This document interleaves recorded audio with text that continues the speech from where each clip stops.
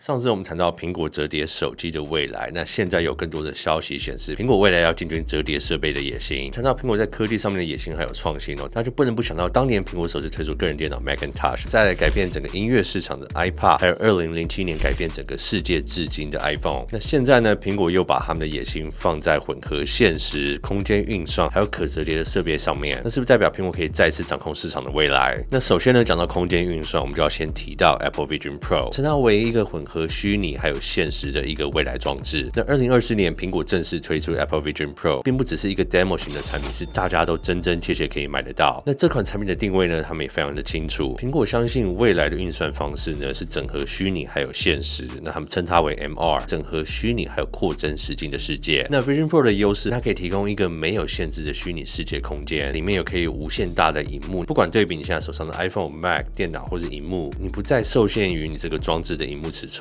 在这个虚拟世界里面呢，你要多少的内容都可以办得到。苹果强大的软硬整合实力呢，让你在体验 Apple Vision Pro 的时候，你甚至会忘了你现在在观看的是一个虚拟空间。但现实终究是现实这项技术还是面临了不少挑战。即使像苹果这样拥有完美设计还有整合能力的公司，也无法改变目前的技术不到位的现实。组件的大小、高效的运算能力，结合在这装置里面，还必须额外外挂电池，整体的重量长时间的佩戴感，还有长时间盯着萤幕看，多少会让人感到不适。那更现实的一点，高达$3500的价格。如果你从可以预先体验到未来的这个角度去看，它其实不贵，但这个价格加上这个装置的体积限制要让它普及化还差得很远。最现实的一点即使现在价格降得下来，他们现在目前量产的产能一年最高也就100万台，距离 iPhone 每年上亿台的数量要达到普及还差得很远。那所以呢，虽然 Apple Vision Pro 现在无法成为主流，但它代表了苹果对未来空间运算的想象，而且我们可以逐步来检视苹果定义出的空间运算未来是不是大家未来会走的方向。那这边谈到苹果的下一步，他们想要推出一个可以折叠萤幕的装置，有别于我们现在看到市场上面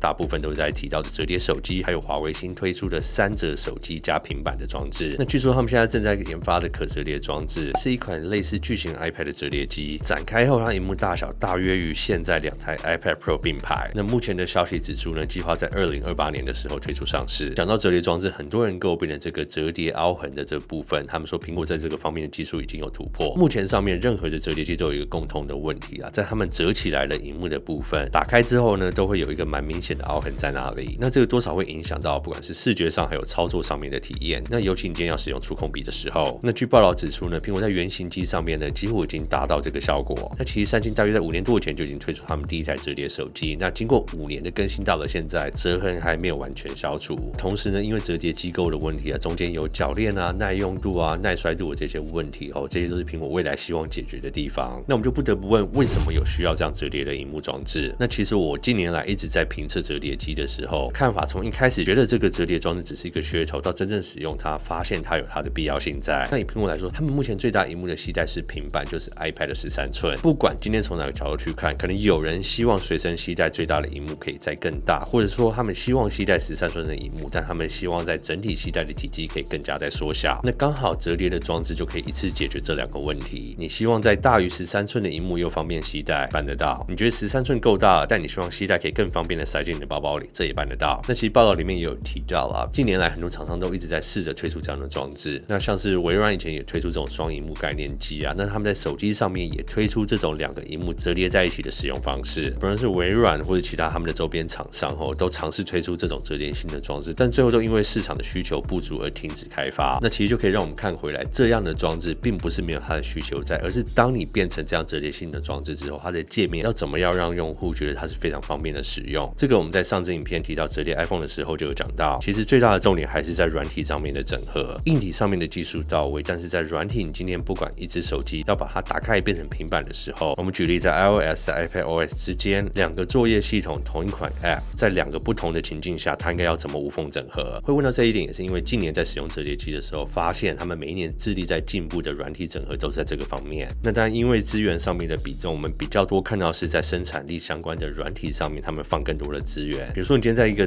打开的大萤幕，你看一个 Excel 的报表，但你今天在折起来的时候，它要怎么把一样的界面转介到小萤幕？那同时上面这些操作还有控制都要合理。那如果办不到的话，它可能就会显示一个画面，你现在想要使用这个功能，你就必须要打开萤幕。那同时我们也有提到，因为折叠装置他们所带来先天上面条件的不不足嘛，电池容量会要更小啊。如果再带来那么多的不便的情况下，那它的使用的续航力又不足，然后加上它的价格高昂，会不会让用户转而去想说，那我是不是带一台 iPad 加台 iPhone 更加方便？那讲到软体呢，大家就会问一个问题啦，如果苹果有这样的折叠装置，那到底它的作业系统应该选择 iPadOS 还是 macOS？ 但目前呢，因为这个产品预计是在2028年推出嘛，那当然苹果确切会使用哪个作业系统也没人知道。依新闻的分析呢，它应该是 iPadOS 的进阶版，因为毕竟它还是一个携带性的平板装置，它不会自带键盘还有触控板在上面。但他们期待是一个结合 macOS 有更多进阶使用方式的一个系统。那其实我们现在可以看到苹果每一年他们在逐步拉近 iPadOS 还有 macOS 的距离，慢慢的在 iPadOS 上面支援越来越多强效生产力的 App。那所以期待呢，到2028年 iPadOS 或许已经足够强大，能够运行更多 macOS 的应用程式。那同时可以保留对 Apple Pencil 等配件的支援，变成一款真正结合两系统优势的触控电脑。那我们再来稍微补充一下上次有提到的折叠 iPhone。那毕竟 iPhone 还是苹果目前最赚钱，而且在生态链里面最具重要性的产品。你是看苹果每一年的营收，如果你把 iPhone 抽掉，那他们其他赚钱的方面，像是他们服务性产品啊、生态链整合、iCloud 这些周边的衍生性商品，基本上都会受到非常大的影响。那目前以这个前5大的手机厂商来说呢，苹果是唯一的一家还没有推出折叠手机的厂商。那像三星已经早在5-6年前就已经推出他们折叠手机，那 Google 我们也在去年就看到他们进入折叠机的市场。那苹果用户呢，必须还要再等等，据说最快也要等到2026年，苹果才会首次推出他们折叠手机。而且目前得到的消息呢，可能会是比较像 Flip 这类型的折叠手机。那其实苹果未来的折叠策略是非常清楚，他们尽可能的增加他们硬体装置的种类。你看，光是 iPad 一个产品线，从当年只有一台 iPad 到现在有入门 iPad、iPad mini、iPad Air、iPad Pro。那我们就再不去细讲里面 iPad Air 跟 iPad Pro 又分别有2个尺寸。那看起来苹果近年来的策略就是让大家在想到买任何装置的时候，都会在苹果找到适合他们的选择。折叠装置呢，它带来的优势，同时苹果当然也会想到在其他装置可能会有一个侵蚀的效应。如果一个装置可以同时取代 Mac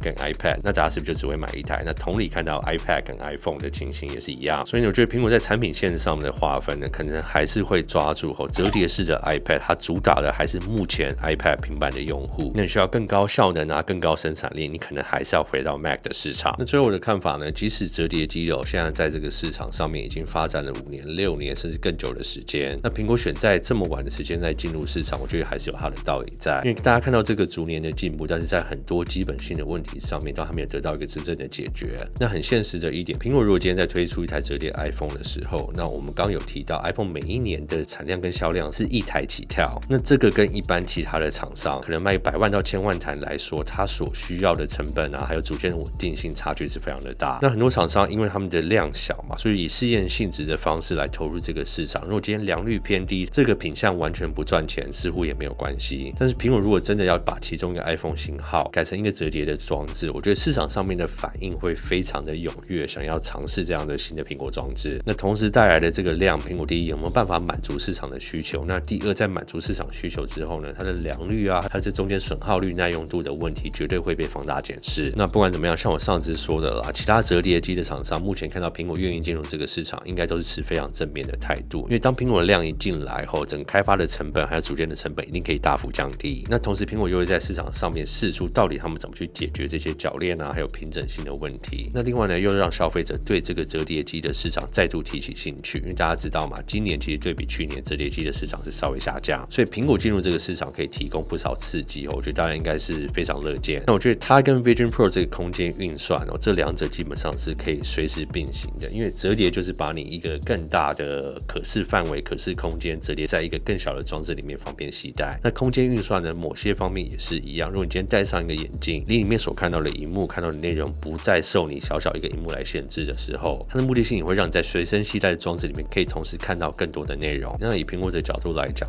他们的生态链的装置算是非常的完整。所以不管怎么样，我个人是非常期待看到苹果不管是在空间运算啊 Vision Pro 以后可能要推出这个 Vision Air， 甚至更小型的这个 AR 眼镜会是什么样子。那还有苹果在看折叠机的市场的时候，他们到底会首先推出折叠的 iPhone， 还是折叠的 iPad， 还是2台同时一起推出？那你们大家对这些新闻有什么看法的话，都欢迎在下面一起讨论。那今天影片就上这边，我是苹果店，我们下次影片见，拜。